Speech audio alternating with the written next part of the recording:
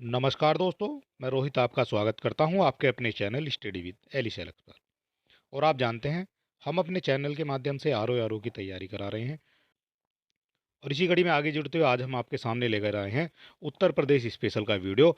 और इसमें हम आपको 3 से 4 वीडियो में पूरा यूपी कवर करा देंगे। ठीक है, आपको देख लेना है, पूरा उत्तर प्रदेश हमारा 3 से 4 वीडियो में जो है कवर हो जाएगा। और इसमें लगभग आपको 500 क्वेश्चन भी मिल जाते हैं। और सारे क्वेश्चन आपके लिए इंपॉर्टेंट हो जाते हैं। कंटेंट बनाने में काफ़ी समय लगता है और कंटेंट को ढूंढने में भी काफ़ी समय लग जाता है। ठीक है, और इस वीडियो में आपको क्या क्या मिलने वाला है, 3 से 4 वीडियो में आपको पूरा यूपी कवर हो जाएगा। और यहाँ मिलेगा आपको सबसे पहले ऐतिहासिक परिदृश्य, राजनीतिक परिदृश्य, आर्थिक मिल जाएगा, भौगोलिक मिल जाएगा, जलवायु, वन, जनसंख्या, नगरीकरण। और इसी तरह से कुल मिलाकर आपको जो है टोटल 20 टॉपिक यहाँ मिल जाएंगे उत्तर प्रदेश के। और इन टोटल 20 टॉपिक को हमने डिवाइड किया है 4 से 5 वीडियो में। हम इनको या 3 से 4 वीडियो में इनको डिवाइड कर देंगे। ठीक है, और 1-2 दिन में ही जो है आपको सभी वीडियो मिल जाएंगी। तो चलिए देर ना करते हुए शुरू कर लेते हैं और देख लेते हैं आज की वीडियो का पहला क्वेश्चन क्या हो जाता है। सारे क्वेश्चन आपके लिए इंपॉर्टेंट लिए गए हैं और एक एक क्वेश्चन को आपको देख लेना है। इस तरह के क्वेश्चन जो हैं बार बार आपकी परीक्षा में पहले भी पूछे जाते रहे हैं और अब की बार भी पूछे जाने की संभावना पूरी पूरी हो जाती है। तो चलिए देख लेते हैं आज का हमारा पहला क्वेश्चन क्या हो जाता है। उत्तर प्रदेश की संस्कृति का ऐतिहासिक पूर्व काल है। उत्तर प्रदेश की जो संस्कृति है उसका ऐतिहासिक पूर्व काल क्या हो जाता है, इसमें निम्नलिखित में से कौन से सम्मिलित हो जाते हैं ये आपको बताना है। तो इनमें जो है आपका ऐतिहासिक पूर्वकाल है, बुद्ध मिल जाएगा आपको, एक आपका नवाब मिल जाएगा और एक आपको महाराज मिल जाएगा। ये जो तीन है ये आपके उत्तर प्रदेश के ऐतिहासिक पूर्वकाल से संबंधित हो जाते हैं। ठीक है, इस तरह से जो है तीन आपके करेक्ट हो जाते हैं। और एक, तीन और चार, एक, तीन, चार दिए गए हैं आपके ऑप्शन नंबर सी में दिए गए हैं, एक, तीन और चार। ठीक है, इस तरह से जो है इस क्वेश्चन का आंसर करेक्ट हो जाता है। और ये क्वेश्चन आपसे पूछा गया क्वेश्चन है। यहाँ बात करेंगे क्वेश्चन नंबर 2 के बारे में। निम्न में से सिंधु सभ्यता से संबंधित कौन से उत्तर प्रदेश में स्थित हो जाते हैं। सिंधु सभ्यता की बात की गई है, कौन कौन से इनमें से उत्तर प्रदेश में है ये आपको बताना है। कालीबंगा आपको राजस्थान में मिल जाएगा, ये आपका राजस्थान में हो जाता है। लोथल आपका गुजरात में हो जाता है। और हुलास जो है उत्तर प्रदेश के सहारनपुर में हो जाता है। इसके बाद बचता है आलमपुर, आलमपुर आपका ये मेरठ में हो जाता है। तो कौन कौन से आपके यूपी से संबंधित हैं, तो 3 और 4 आपके यूपी से संबंधित हो जाते हैं। और 3 और 4 दिए गए हैं आपके ऑप्शन नंबर डी में। इस तरह से जो है जल्दी से आप इनके आंसर लगा सकते हैं। और ये क्वेश्चन ऐसे हैं जो बार बार आपकी परीक्षा में पूछे जाते रहे हैं। और चलिए देख लेते हैं 3 नंबर। देवबंद आंदोलन यूपी यानी संयुक्त प्रांत में किस वर्ष में आरंभ हुआ था। उस समय जो है इसको संयुक्त प्रांत कहा जाता था। और ये कब आरंभ हुआ था देवबंद आंदोलन, तो ये संबंधित हो जाता है आपका 1866 से। और 1866 में यूपी को संयुक्त प्रांत कहा जाता था। 4 नंबर देख लेते हैं, ये क्वेश्चन आपसे आर की परीक्षा में पूछा गया है। उत्तर प्रदेश की सांस्कृतिक विरासत के संदर्भ में निम्नलिखित कथनों में से कौन से कथन सही हो जाते हैं। यहाँ आपको सबसे पहले देख लेना है कौन से सही हैं और कौन से आपके गलत हो जाते हैं। पहला पॉइंट देखेंगे, इस प्रदेश के अनेक उत्खनित पुरा स्थलों से वैश्विक संदर्भ में कृषि के प्राचीनतम प्रमाण प्राप्त हुए हैं। तो ये तो आपका करेक्ट हो जाता है। प्राचीनतम जो प्राप्त कृषि, इसमें अन्न जो थे वो आपके जौ और धान हो जाते हैं। तो ये आपका हो जाता है गलत। केवल आपसे कहा गया है कि जौ और धान थे, तो जौ और धान इसमें नहीं होते हैं, क्योंकि उत्तर प्रदेश के संत कबीर नगर जिले में स्थित लोहरा देव से 9000 से 7000 ईसा पूर्व के चावल के साक्ष्य प्राप्त हुए। कितने पुराने हो जाते हैं ये, 9000 से 7000 ईसा पूर्व के हो जाते हैं। और ये हो जाता है आपका लोहरा देव। और ये हो जाती है आपकी संत कबीर नगर जिले में। ठीक है, और यहाँ जो है केवल आपको मिलते हैं चावल के साक्ष्य। ठीक है, चावल के साक्ष्य केवल यहाँ मिल जाते हैं। इस हिसाब से दूसरा पॉइंट आपका गलत हो जाता है। केवल एक आपका ठीक हो जाता है और केवल एक दिया गया है आपका ऑप्शन नंबर ए में।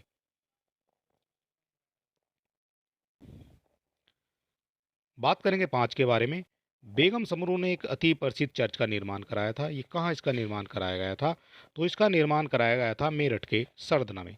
सरदना हो जाता है ये मेरठ में और मेरठ हो जाता है आपका उत्तर प्रदेश में। और ये कब कराया गया था इसका निर्माण, तो इसका निर्माण कराया गया था आपका 1753 ईस्वी से। और ये 1836 ईस्वी तक जो है इसका निर्माण हो जाता है। 6 नंबर देख लेते हैं। नवाब सिराजुद्दौला की बेगम का प्रसिद्ध मकबरा यानी बहू बेगम का मकबरा निम्नलिखित में से किस स्थान पर अवस्थित है। ये सारे क्वेश्चन जो हैं आर की परीक्षा में कहीं ना कहीं पूछे गए हैं। बात की गई है नवाब शुजाउद्दौला की बेगम का प्रसिद्ध मकबरा के बारे में, तो ये कहाँ हो जाता है? ये हो जाता है आपका फैजाबाद में। फैजाबाद में स्थित हो जाता है आपका बहू बेगम का मकबरा। 7 नंबर देख लेते हैं। निम्नलिखित में से कौन सा एक सुमेलित नहीं है? नहीं आपसे पूछा गया है, कौन सा सुमेलित नहीं है? जोश की बात करेंगे, ये आपका मलिहाबाद से संबंधित हो जाता है। रघुपति साय फिराक की बात करेंगे, ये आपके कानपुर से संबंधित नहीं है, ये आपके गोरखपुर से संबंधित हो जाते हैं।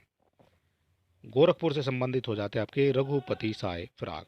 जिगर की बात करेंगे, ये आपके मुरादाबाद से संबंधित हो जाते हैं। और चकबस्त आपके लखनऊ से संबंधित हो जाते हैं। और इस हिसाब से आपसे पूछा गया कौन सा सुमेलित नहीं है, तो बी आपका सुमेलित नहीं है। 8 नंबर देख लेते हैं। निम्नलिखित युग्मों में कौन सुमेलित नहीं है? यहाँ भी आपसे जो है सुमेलित नहीं है वो पूछा गया है। और इसमें आपका जो अमीर खुसरो है ये एटा से संबंधित हो जाते हैं। मिर्जा गालिब की बात करेंगे, ये आपके आगरा से संबंधित हो जाते हैं। जोश की बात करेंगे, आपका मलिहाबाद से संबंधित हो जाते हैं। और राम प्रसाद बिस्मिल ये इलाहाबाद से संबंधित नहीं है, तो ये कहाँ से संबंधित हो जाते हैं? ये आपके हो जाते हैं शाहजहांपुर से संबंधित। शाहजहांपुर से संबंधित हो जाते हैं आपके राम प्रसाद बिस्मिल। और आपसे पूछा गया कौन सा सुमेलित नहीं है, तो डी आपका सुमेलित नहीं है। बात कर लेते हैं 9 नंबर के बारे में।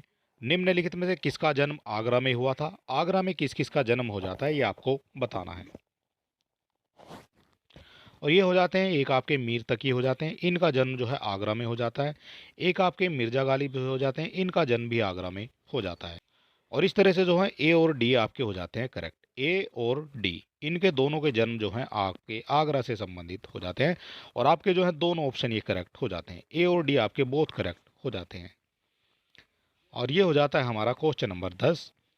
भारत सरकार के संस्कृति मंत्रालय ने आज़ादी का अमृत महोत्सव के एक अंग के रूप में जून 2021 में शहीद राम प्रसाद बिस्मिल की जयंती उत्तर प्रदेश के निम्नलिखित में से किस स्थान पर मनाई है? 2021 में मनाई गई है राम प्रसाद बिस्मिल की जयंती उत्तर प्रदेश के किस जनपद में ये मनाई गई है? तो ये हो जाती है आपकी शाहजहांपुर में। और ये 11 जून 2021 को केंद्रीय संस्कृति और पर्यटन मंत्रालय द्वारा आज़ादी का अमृत महोत्सव के हिस्से के रूप में शहीद राम प्रसाद बिस्मिल के जन्म स्थान पर उत्तर प्रदेश के शाहजहांपुर में उनकी जयंती मनाई है। 11 नंबर देख लेते हैं। इलाहाबाद स्थित एल्फ्रेड पार्क का पुनः नामकरण किया गया है। एल्फ्रेड पार्क का पुनः नामकरण किया गया है, तो ये हो जाते हैं आपके चंद्रशेखर आज़ाद पार्क के नाम पर। चंद्रशेखर आज़ाद के नाम पर एल्फ्रेड पार्क का पुनः नामकरण किया गया है। और अगर अभी तक आपने हमारे चैनल को सब्सक्राइब नहीं किया तो आप सब्सक्राइब कर सकते हैं। वीडियो को अपने दोस्तों में भी शेयर कर सकते हैं। और हमारे टेलीग्राम और व्हाट्सएप चैनल से जुड़ने के लिए लिंक आपको डिस्क्रिप्शन में मिल जाएगा।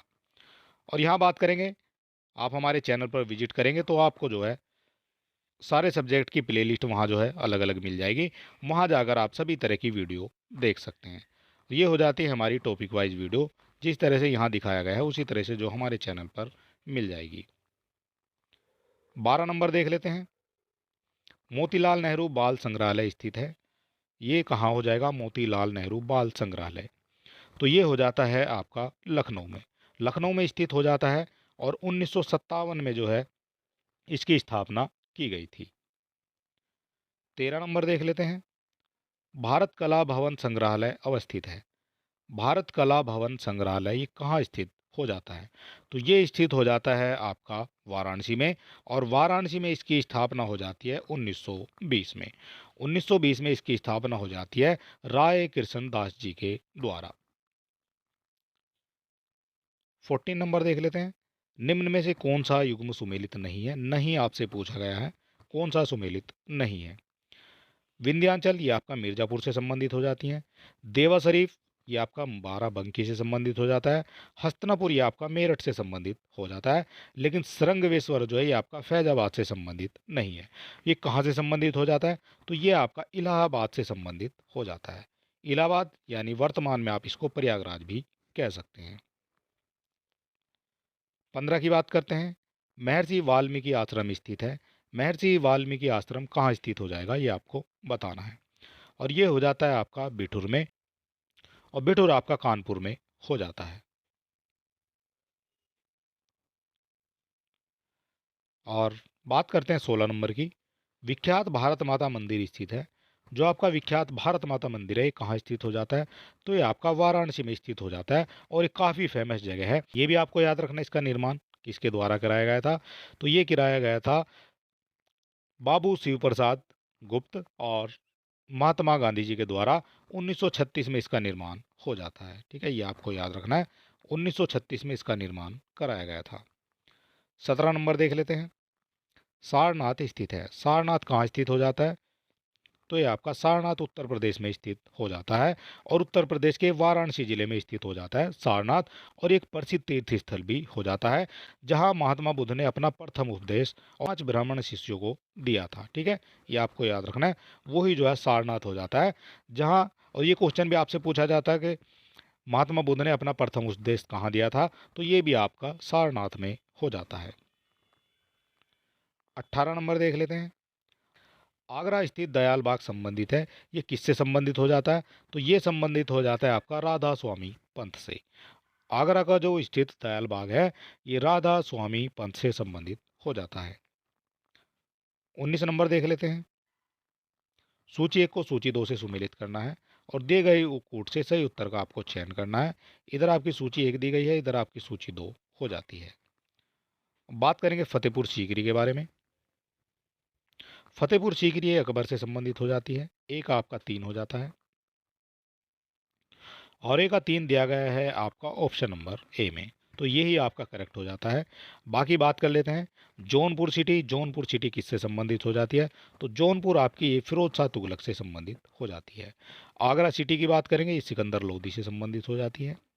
और जामा मस्जिद बदायूं की ये आपकी इल्तुतमिश से संबंधित हो जाती है। इस तरह से आपका ए का 3 हो जाएगा, बी का 4 हो जाएगा, सी का 2 हो जाएगा, और डी का आपका 1 हो जाता है, और करेक्ट आपका ए हो जाता है। 20 नंबर देख लेते हैं। चुनारगढ़ में अनूप वेदिका है। किन की है अनूप वेदिका? आदि शंकराचार्य की, भर्तृहरि की, चैतन्य की, या फिर आपका रामानंद की। चुनारगढ़ में अनूप वेदिका पूछी गई है, तो ये हो जाती है आपकी भर्तृहरि की। भर्तृहरि की हो जाती है आपकी चुनारगढ़ में अनूप वेदिका। और इससे पहले अगर आपने अभी तक हमारा उत्तर प्रदेश का करंट अफेयर नहीं देखा है, इस वीडियो में हमने जो है उत्तर प्रदेश 2023 के सभी करंट अफेयर यानी 12 महीने का करंट अफेयर आपको एक वीडियो में मिलने वाला है। और ये जो है आप हमारे चैनल पर विजिट करेंगे, वहाँ आपको टॉपिक वाइज सभी वीडियो मिल जाएंगे, प्लस वहाँ जो है करंट अफेयर की सभी वीडियो मिल जाएगी उत्तर प्रदेश की। और इसमें आपको जनवरी से दिसंबर तक का सारा करंट अफेयर मिल जाता है, और ये हो जाती है जनवरी से दिसंबर करंट अफेयर की मैराथन क्लास। ठीक है, 12 महीने का जो पूरा करंट अफेयर है वो आपको एक ही वीडियो में मिल जाता है। बात करेंगे 21 के बारे में। सूची 1 को सूची 2 से सुमेलित करना है, और इधर आपकी सूची 1 दी गई है, इधर आपकी सूची 2 हो जाती है। सबसे पहले बात करेंगे कनक भवन के बारे में। कनक भवन किससे संबंधित हो जाता है? तो कनक भवन ये अयोध्या से संबंधित हो जाता है। कामतगिरी पर्वत की बात करेंगे, ये आपका चित्रकूट से संबंधित हो जाता है। इसके बाद आपका आ जाता है कालिंजर दुर्ग। कालिंजर दुर्ग ये आपका बांदा से संबंधित हो जाता है। और देवा शरीफ ये आपका बाराबंकी में हो जाता है, और ये एक प्रसिद्ध मेला भी हो जाता है। और इस हिसाब से ए का आपका 4 हो जाएगा, और ए का 4 दिया गया है आपका ऑप्शन नंबर बी में। ए का 4 हो जाएगा, बी का 3 हो जाएगा, सी का 2 हो जाएगा, और डी का आपका 1 दिया गया है। ठीक है, इस तरह से जो है ये आपके करेक्ट हो जाते हैं। आपसे करेक्ट पूछा गया है तो बी आपका करेक्ट हो जाता है। 22 नंबर देख लेते हैं। उत्तर प्रदेश दिवस किस तिथि को मनाया जाता है? उत्तर प्रदेश दिवस की बात की गई है, ये किस तिथि को मनाया जाता है? उत्तर प्रदेश दिवस मनाया जाता है आपका 24 जनवरी को। और बात कर लेते हैं इससे बनने वाले जो इम्पोर्टेंट पॉइंट है वो क्या हो जाते हैं। उत्तर प्रदेश सरकार प्रतिवर्ष 24 जनवरी को उत्तर प्रदेश दिवस मनाती है, और इस दिन जो है 1950 में तत्कालीन यूनाइटेड प्रोविंस का नाम बदलकर उत्तर प्रदेश किया गया था। यहाँ से भी आपसे क्वेश्चन बन सकता है, इसका जो नामकरण है वो कब किया गया था? इसका नाम चेंज हुआ था आपका 1950 में, और पहले इसको यूनाइटेड प्रोविंस कहा जाता। ठीक है, पहले भी ये यूपी था, यूनाइटेड प्रोविंस, और उसके बाद भी जो है इसको यूपी यानी उत्तर प्रदेश कर दिया गया है। और प्रदेश सरकार ने 2018 में प्रथम बार प्रदेश के स्थापना दिवस को मनाया है। पहली बार कब मनाया गया? 2018 में ये मनाया गया है। 23 नंबर देख लेते हैं। उत्तर प्रदेश के प्रथम राज्यपाल कौन थे? उत्तर प्रदेश के प्रथम राज्यपाल आपसे पूछे गए हैं, कौन हो जाते हैं? तो ये हो जाते हैं आपकी सरोजिनी नायडू। और ये बार बार क्वेश्चन आपकी परीक्षा में पूछा जाता रहा है। और यहाँ बात करेंगे इंपॉर्टेंट पॉइंट के बारे में। उत्तर प्रदेश की प्रथम राज्यपाल यानी भारत की प्रथम महिला राज्यपाल, ये भी हो जाती हैं प्रथम महिला राज्यपाल। कौन हो जाती हैं? श्रीमती सरोजिनी नायडू हो जाती हैं। और ये हो जाती हैं 15 अगस्त 1947 से 2 मार्च 1949 तक हो जाती हैं। ये भारत की पहली हो जाती हैं और उत्तर प्रदेश की भी पहली हो जाती हैं, इसीलिए ये इंपॉर्टेंट हो जाती हैं और बार बार आपकी परीक्षा में ये क्वेश्चन पूछे जाते हैं।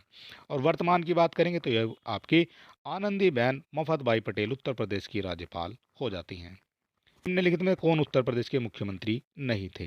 मुख्यमंत्री कौन नहीं थे ये आपको बताना है। गोविंद वल्लभ पंत ये उत्तर प्रदेश के मुख्यमंत्री हो जाते हैं। हेमवती नंदन बहुगुणा ये भी हो जाते हैं और नारायण दत्त तिवारी भी हो जाते हैं। लेकिन कृष्ण चंद्र पंत ये आपके उत्तर प्रदेश के मुख्यमंत्री नहीं है। आपसे पूछा गया कौन से नहीं है, तो सी आपका हो जाता है करेक्ट। 25 नंबर देख लेते हैं। निम्नलिखित में से कौन सा उत्तर प्रदेश का राजकीय पुष्प हो जाता है? और इसको जो है सभी जानते हैं, ये आपका हो जाता है टेसू। टेसू यानी इसको आप पलास भी कह सकते हैं। 26 नंबर देख लेते हैं। उत्तर प्रदेश का राजकीय पक्षी क्या हो जाता है? राजकीय पक्षी क्या हो जाता है उत्तर प्रदेश का? तो ये हो जाता है आपका सारस। उत्तर प्रदेश विधान परिषद की संपूर्ण सदस्य संख्या कितनी हो जाती है? और ये 2013 में क्वेश्चन पूछा गया था और ये क्वेश्चन जो है गलत हो जाता है। उत्तर प्रदेश में संपूर्ण सदस्यों की बात की गई है, तो ये आपके विधान परिषद में हो जाते हैं आपके 100 सदस्य। ठीक है, 100 सदस्य हो जाते हैं ये आपके 2023 के अनुसार। 29 नंबर देख लेते हैं। निम्नलिखित कथनों में से कौन सा एक सही नहीं है? सही कौन सा नहीं है ये आपको बताना है। तो इनमें से आपका हो जाता है बी, नगरों को एक निगम की हैसियत राजनीतिक कारणों पर दी जाती है, ये आपका हो जाता है गलत। और बाकी जो हैं आपके सही हो जाते हैं। आपसे पूछा गया कौन सा सही नहीं है, तो बी आपका सही नहीं है। वर्तमान में लखनऊ में निम्न में से कौन कौन हो जाते हैं ये आपको बताना है। यहाँ बात करेंगे जल संसाधन के बारे में, ये लखनऊ में हो जाता है। नगर निगम भी लखनऊ में हो जाता है और विकास प्राधिकरण भी आपका लखनऊ में हो जाता है। और आपका 4th नंबर पे जिला नगरीय विकास अभिकरण, ये भी आपका लखनऊ में हो जाता है। इस हिसाब से आपके चारों जो हैं ये लखनऊ में हो जाते हैं और ये क्वेश्चन आपसे आर की परीक्षा में पूछा गया है। 32 नंबर देख लेते हैं। उत्तर प्रदेश में पंचायती राज प्रणाली का शुभारंभ हुआ था, ये कौन सा वर्ष हो जाता है? पंचायती राज प्रणाली का शुभारंभ हुआ था उत्तर प्रदेश में। तो पंचायती राज प्रणाली का प्रारंभ हो जाता है आपका 15 अगस्त और 1949 में, ये हो जाता है आपका उत्तर प्रदेश में। और ऑप्शन में जो है ये आपके सभी जो है गलत दिखाए गए हैं। निम्नलिखित पंचायतों में से किसे उत्तर प्रदेश में जिला योजना में सम्मिलित किया जाता है? जिला योजना में सम्मिलित किया जाता है, तो ये नगर पंचायत भी हो जाती है, ग्राम पंचायत भी हो जाती है और क्षेत्र पंचायत भी हो जाती है, जिनको प्रदेश में जिला योजना में सम्मिलित किया जाता है। और इस हिसाब से आपके 1, 2 और 3 तीनों करेक्ट हो जाते हैं। 34 नंबर देख लेते हैं। निम्नांकित में से उत्तर प्रदेश का 71वां जनपद कौन सा है? 71वां आपसे पूछा गया है और 71वां आपका हो जाता है काशी रामनगर। और काशी रामनगर को जो है कासगंज कहा जाता है। ठीक है, ये आपको याद रखना है। वर्तमान में इसको कासगंज भी कहा जाता है। बात करेंगे 35 के बारे में। सूची 1 को सूची 2 से सुमेलित करना है। इधर आपके जनपद दिए गए हैं, इधर आपके मुख्यालय हो जाते हैं। कौन सा जनपद किस मुख्यालय से संबंधित हो जाता है? अंबेडकर नगर की बात करेंगे, ये आपका अकबरपुर से संबंधित हो जाता है। कानपुर देहात की बात करेंगे, ये आपका अकबरपुर माटी से संबंधित हो जाता है। जालौन आपका उरई से संबंधित हो जाता है और सिद्धार्थनगर आपका नौगढ़ से संबंधित हो जाता है। इस हिसाब से ए का आपका 3 हो जाएगा और ए का 3 दिया गया है आपका 2 ऑप्शन में।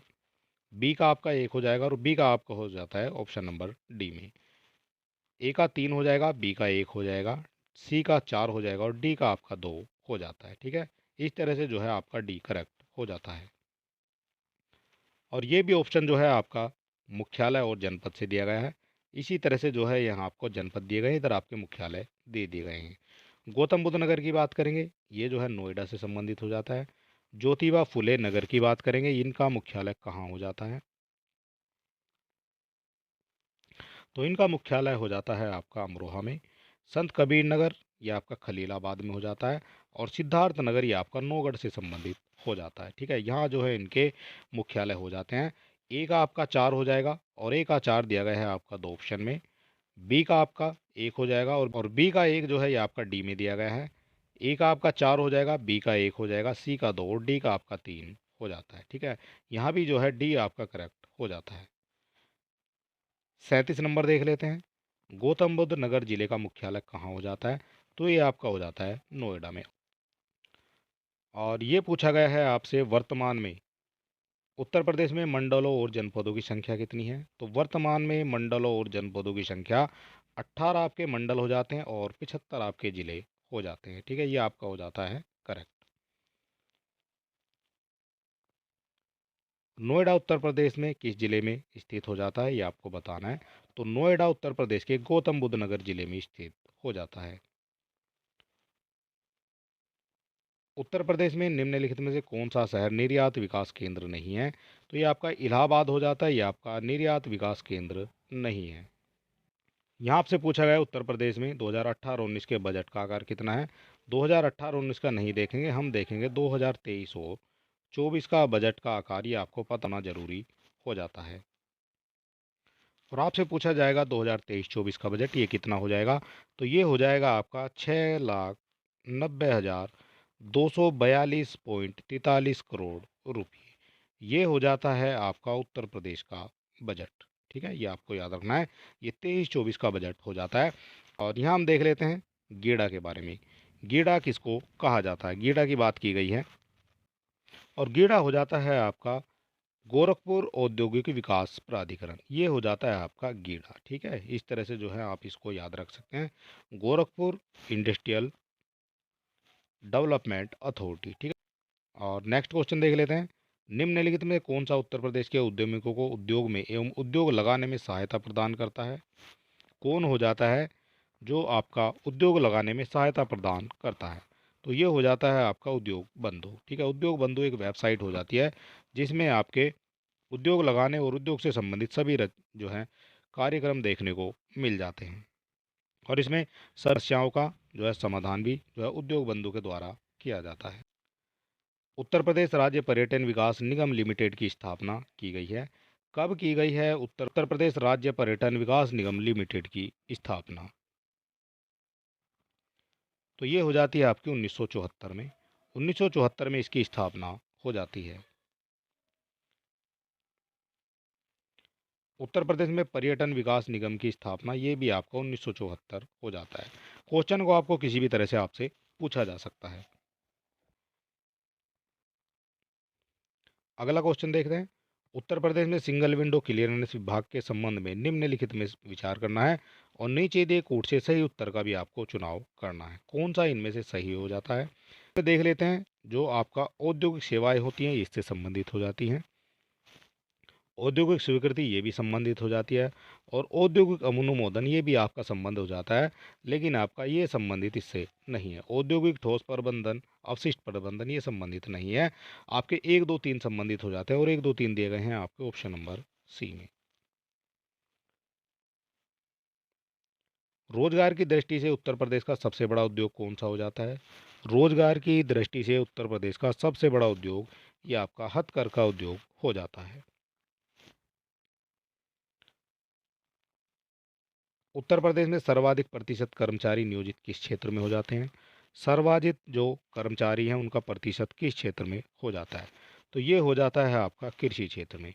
कृषि क्षेत्र में सबसे ज़्यादा कर्मचारी जो हैं हो जाते हैं उत्तर प्रदेश में। प्रथम दीनदयाल हस्तकला संकुल व्यापार सुविधा केंद्र स्थित है, ये कहाँ स्थापित हो जाता है? तो ये आपका हो जाता है वाराणसी में। वाराणसी में स्थित हो जाता है दीनदयाल हस्तकला संकुल व्यापार सुविधा केंद्र। व्यापार सुविधा केंद्र एवं क्राफ्ट म्यूजियम की स्थापना उत्तर प्रदेश के किस जनपद में हुई है? तो ये हो जाता है आपका वाराणसी में। उत्तर प्रदेश ने उच्चतम औद्योगिक वृद्धि दर अंकित की थी, ये कब की जाती है? तो ये हो जाता है आपका 10वीं पंचवर्षीय योजना में। 10वीं पंचवर्षीय योजना में उत्तर प्रदेश में उच्चतम औद्योगिक वृद्धि दर अंकित की थी। और अगर आप चैनल पर नए हैं, आप हमारे चैनल को सब्सक्राइब कर सकते हैं, वीडियो को अपने दोस्तों में भी शेयर कर सकते हैं, और हमारे टेलीग्राम और व्हाट्सएप चैनल से जुड़ने के लिंक आपको डिस्क्रिप्शन में मिल जाएगा। उत्तर प्रदेश में नकारात्मक औद्योगिक वृद्धि दर रही है। नकारात्मक कब हो जाती है? तो नवी पंचवर्षीय योजना में उत्तर प्रदेश में नकारात्मक औद्योगिक विकास दर हो जाती है।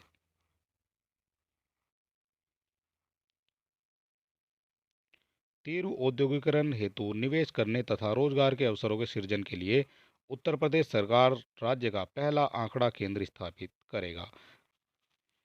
तो ये हो जाता है आपका ग्रेटर नोएडा में। उत्तर प्रदेश में मूल्य वर्धित कर यानी वैट लागू हुआ था। उत्तर प्रदेश में वैट कब से लागू हुआ है? तो ये हो जाता है आपका 1 जनवरी 2008 से उत्तर प्रदेश में वैट लागू हो जाता है। कृषि श्रम उत्पादकता सर्वाधिक हो जाती है। ये कहाँ हो जाती है, ये आपको बताना है। कृषि श्रम उत्पादकता ये आपकी पश्चिमी उत्तर प्रदेश में सबसे ज़्यादा हो जाती है, क्योंकि यहाँ जो है हरित क्रांति का प्रभाव सबसे अधिक हुआ है। हैंडबुक ऑफ एग्रीकल्चर प्रकाशित होती है। ये कहाँ से प्रकाशित होती है? Handbook of agriculture. तो ये आपकी भारतीय कृषि अनुसंधान परिषद से प्रकाशित होती है, हैंडबुक ऑफ एग्रीकल्चर।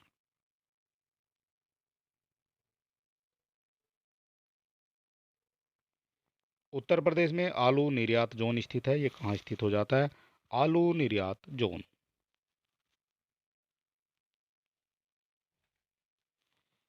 तो ये आपका आगरा में स्थापित हो जाता है, आलू निर्यात जोन।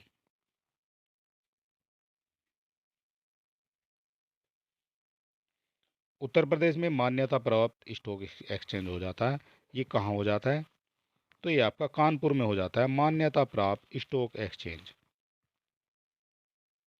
और इसकी स्थापना आपसे पूछी जा सकती है स्टॉक एक्सचेंज की, तो ये आपकी 1982 में हो जाती है इसकी स्थापना। ठीक है, ये भी आपसे पूछा जा सकता है। उत्तर प्रदेश में उद्योग बंधु का उद्देश्य हो जाता है। क्या उद्देश्य हो जाता है उत्तर प्रदेश में उद्योग बंधु का? तो ये हो जाता है आपका औद्योगिक इकाइयों की समयबद्ध स्थापना सुनिश्चित करना। ये आपका उद्योग बंधु का उद्देश्य हो जाता है।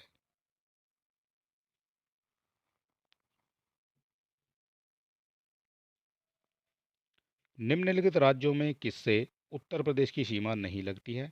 किससे उत्तर प्रदेश की सीमा नहीं लगेगी, ये आपको बताना है। राजस्थान से भी लगती है, हरियाणा से भी लगती है, लेकिन पंजाब से जो है उत्तर प्रदेश की सीमा नहीं लगती है।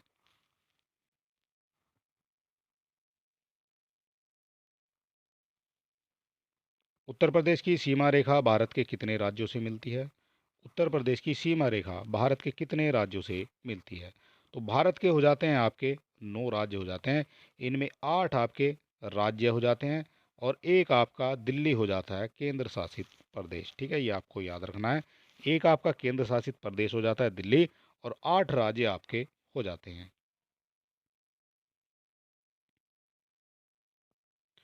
उत्तर प्रदेश का सबसे पूर्वी शहर निम्नलिखित में से कौन सा हो जाता है? पूर्वी शहर की बात की गई है, तो सबसे पूर्वी शहर आपका हो जाता है बलिया। ठीक है, इस तरह से जो है ये आपका पूर्वी शहर यहाँ जो है ये आपका बलिया हो जाता है।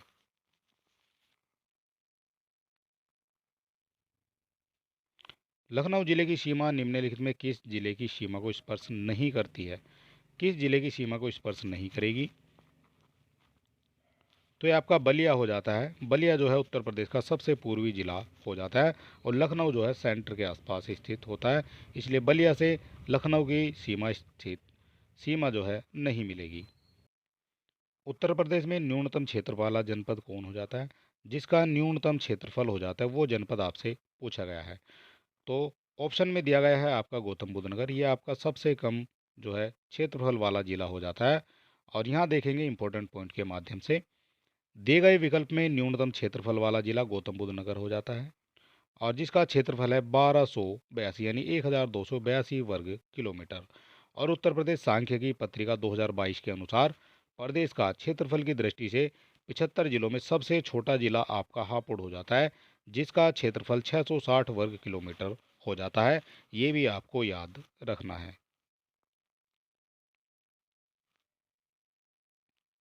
उत्तर प्रदेश का निम्नलिखित में से कौन सा जिला क्षेत्रफल की दृष्टि से सबसे छोटा हो जाता है? क्षेत्रफल की दृष्टि से सबसे छोटा ये आपका हो जाता है हापुड़। ठीक है, ये आपको याद रखना है। हापुड़ जो है सबसे छोटा हो जाता है क्षेत्रफल की दृष्टि से।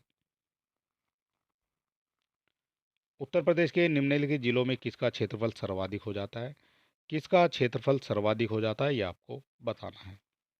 और इनमें से जो है लखीमपुर खीरी का क्षेत्रफल सर्वाधिक हो जाता है। क्षेत्रफल की दृष्टि से उत्तर प्रदेश का सबसे बड़ा जनपद कौन सा हो जाता है? क्षेत्रफल की दृष्टि से बात की गई है। क्षेत्रफल की दृष्टि से सबसे बड़ा जनपद आपका हो जाता है लखीमपुर खीरी। उत्तर प्रदेश के निम्नलिखित जनपदों में कौन क्षेत्रफल की दृष्टि से सबसे छोटा हो जाता है? क्षेत्रफल की दृष्टि से ऑप्शन में से कौन सा सबसे छोटा हो जाता है? तो इनमें सबसे छोटा हो जाता है आपका वाराणसी। ठीक है, बाकी जो है सब बड़े हो जाते हैं। आपसे पूछा गया छोटा, वाराणसी सबसे छोटा हो जाता है।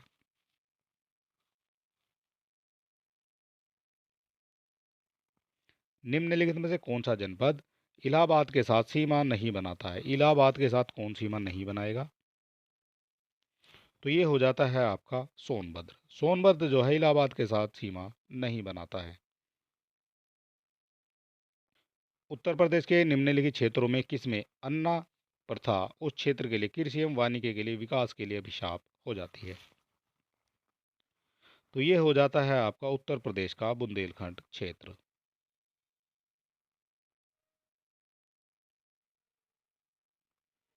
उत्तर प्रदेश में कितने कृषि जलवायु क्षेत्र पाए जाते हैं? उत्तर प्रदेश में कितने जलवायु क्षेत्र पाए जाते हैं?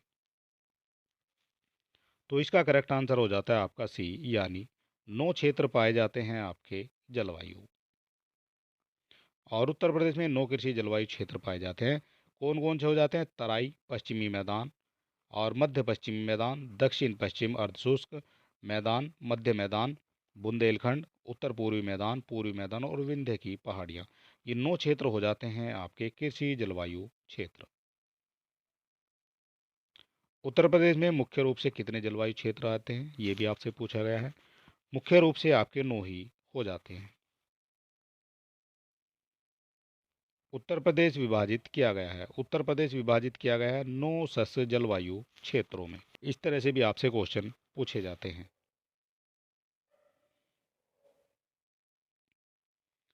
उत्तर प्रदेश में सस्य जलवायु क्षेत्रों की संख्या कितनी हो जाती है? तो इसका करेक्ट आंसर भी आपका 9 हो जाता है। उत्तर प्रदेश की निम्नलिखित नदियों में कौन सी पर्यावरण प्रदूषण के कारण जैविक आपदा घोषित की गई है? जैविक आपदा कौन सी नदी घोषित की गई है ये आपको बताना है। तो ये आपकी यमुना भी हो जाती है और एक आपकी गोमती भी हो जाती है। ठीक है, ए और बी आपके दोनों ये करेक्ट हो जाते हैं। भारत में समस्त राज्यों में क्षेत्रफल के अनुसार उत्तर प्रदेश का कौन सा स्थान हो जाता है? उत्तर प्रदेश का कौन सा स्थान हो जाता है क्षेत्रफल के अनुसार? तो ये हो जाता है आपका चौथा। 4 नंबर का हो जाता है आपका क्षेत्रफल के अनुसार उत्तर प्रदेश का स्थान। और इसमें कौन कौन से हो जाते हैं इनसे पहले? सबसे पहले आपका राजस्थान आ जाता है, उसके बाद आपका मध्य प्रदेश आ जाता है, इसके बाद महाराष्ट्र आ जाएगा और 4th नंबर पर आपका उत्तर प्रदेश आ जाता है। और यहाँ जो है दिखाया गया है राजस्थान का क्षेत्रफल कितना हो जाता है, 3,42,239 वर्ग किलोमीटर। मध्य प्रदेश का 3,08,000 हो जाता है। महाराष्ट्र का 3,07,713 वर्ग किलोमीटर हो जाता है। और उत्तर प्रदेश का ये आपसे पूछ लिया जाता है 2,40,928 वर्ग किलोमीटर उत्तर प्रदेश का क्षेत्रफल हो जाता है।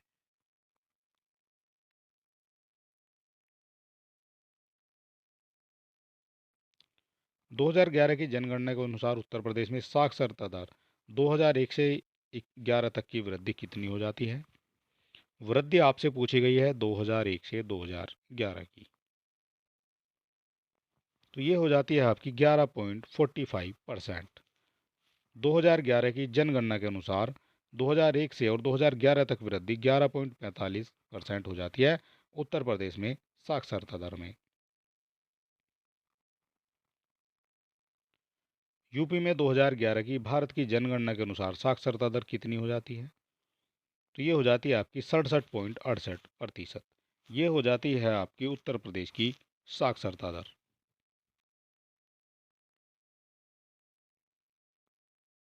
और यहाँ दिखाया गया है उत्तर प्रदेश की साक्षरता दर 2011 में आपकी टोटल की बात करेंगे 67.7 हो जाती है, पुरुषों की बात करेंगे तो 77.3 हो जाती है और महिलाओं में ये 57.2 हो जाती है।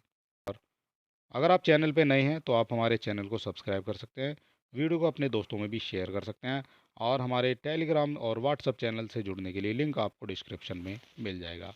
तो चलिए दोस्तों, मिलते हैं नेक्स्ट वीडियो में और तब तक के लिए नमस्कार।